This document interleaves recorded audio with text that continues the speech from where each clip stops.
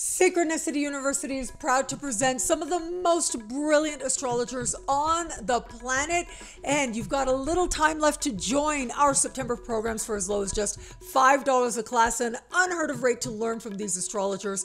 Learn more and sign up now at synchronicityuniversity.com. Links below. Hello, fabulous superstar Capricorn. Welcome to your horoscope for the month of August 2025. I am your astrologer, Nadiya Shah. Thank you for being here.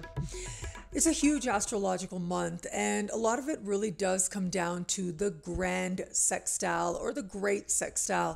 Now, it really is next year that the grand sextile energy feels that much more exact and that much more precise. But it is this month that we get to a very, very close second. And a lot of it comes down to Mars. Mars on the 5th or 6th of the month, depending on where you are on the planet, will change signs. And as Mars steps into the top of your sky, will immediately set up a larger configuration. It is a near Star of David. So a Star of David configuration is one that is of supreme harmony, and it brings with it just enough tension to take advantage of whatever opportunities might be there. And it's like we're just 1 point off from it being that massive major configuration, but important nonetheless.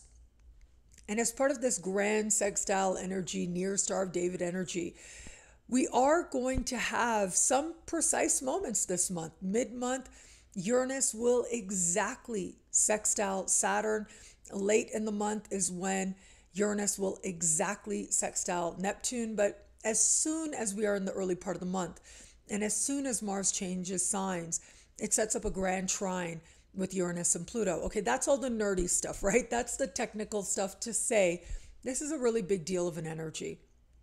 And for you, with Mars moving into the top of your sky, it does invite an awakening of at least awareness of what it is that you might have yet to do in this lifetime. It unlocks a grand trine energy in the workhouses, which means it's about career, it's about money, it's about work-related opportunities that might be there that feel like blessings. And at the same time, there is a sense of the things that you might be working on in your own time and space and wanting to make those things as strong as possible as well. So you can see here, super active energy early in the month. And it is going to be on the 9th of the month that we have this month's full moon. Now, what's interesting about this is this larger major configuration will be very active at that time, but it isn't actually speaking with the full moon. In fact, the full moon itself is essentially unaspected, meaning it's not really connecting with other power players in the sky. And what that suggests is whatever might be happening, there's something decidedly personal and private about it. This full moon happens in a part of the sky for you that has to do with money you earn, money you spend, self-love, self-esteem. That's part of what's covered here. And so whatever feels like it's stirring for you, awakening for you, where it comes to your understanding of prosperity and abundance, it's emotional, but it's also personal, which does suggest that as much as I'd like to say there's going to be abundance, I think it's a lot more about connecting to the feeling of abundance and defining what abundance is going to be for you in your own terms. It's a lot more about connecting to the things that make you feel like your life is abundant in so many different ways, rather than it be literally about practical opportunities, at least with that full moon. The grand trine energy, that is energy that's going to be around. It's a much stronger vibration, and it represents motivation and perhaps even the types of changes that are deep, profound, and are going to be in the works throughout this year, but especially into next year as well. Now, outside of the full moon, once we move forward on the 11th of the month, Mercury goes direct. And Mercury goes direct in a part of the sky for you that has to do with profound change, truth, transformation, regeneration, and wealth. So if you have felt like you've been trying to access some funding, but it hasn't really been able to come together, or there's been like sending applications, but then there's errors on it, in any way in which you have felt like it hasn't flowed or there's been stumbles in accessing resources. That can start to feel a whole lot more clear once it is that Mercury goes direct. Outside of that, though, because this energy has to do with being honest with yourself, realizing what stays and what goes, defining power on your own terms, well, getting clarity around those matters might be a great gift of Mercury going direct for you as well. Now, the following day, we have Venus meeting Jupiter in the sky, and this is what some astrologers call the most romantic day of the year. I'll talk about this in the context of love in just a little bit. But outside of that, look, this is blessings, protection. This is incredible energy. And it's happening in your opposite sign, which means people are incredibly helpful to you at this time. One-on-one alliances, spending one-on-one time with others, people that you're in partnership with for business purposes could facilitate greater prosperity or opportunity for you. Chances are you're going to feel very blessed as a result of the people that you are aligned with, or even just spending one-on-one time with another person can go a really long way to bringing in an energy of healing and hope, but yes, practical gains as well. As we navigate forward, the 23rd of the month is when we will have this month's new moon. And boy, is this new moon fascinating. So one reason that it's fascinating is that this is actually going to be the first of two new moons in the same part of the sky. And so the first one happens this month on the 23rd. And this new moon is at 0 degrees, a very karmic degree, which means that whatever's going to happen is going to happen. It's like its time has come. Any new moon represents a new beginning.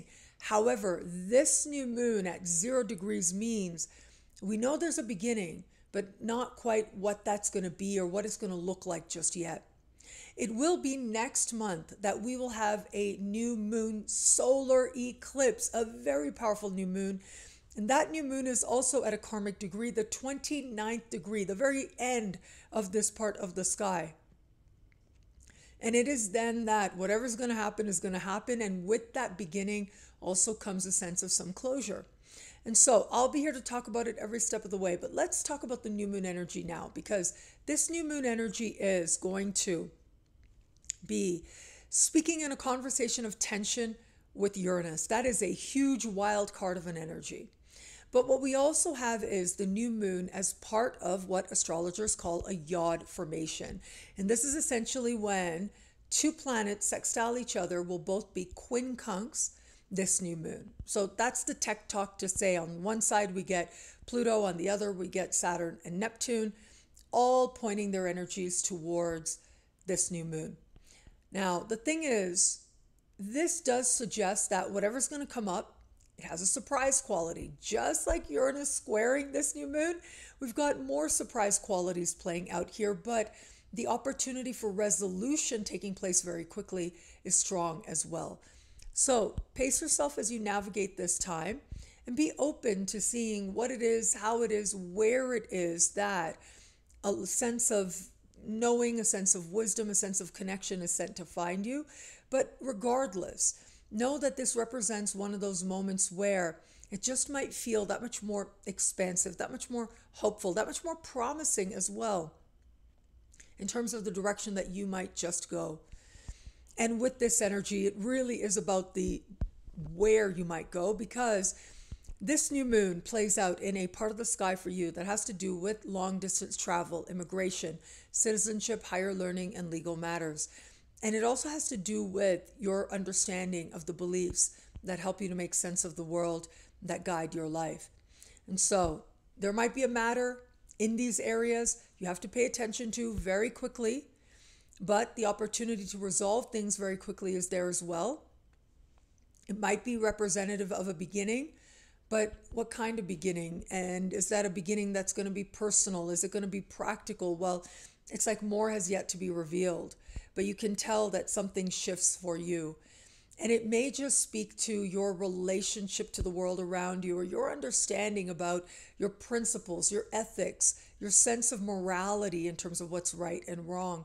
That also might be highlighted here, or the need to be clear about that might feel as if it comes up as an imperative, like it's something that's got to get done. Now, where it comes to matters of love, Venus meeting Jupiter in your opposite sign is huge. You are one of the signs that is going to benefit most from this energy. It brings with it healing, hope, and a faith in the principle of love itself. If it is that you're open to meeting someone new, attracting someone with real long-term potential becomes very possible here. But it is Jupiter, which means you've got to take action to make it count for something. And that could be symbolic action, that could be literal action, but anything you do will be rewarded that much more.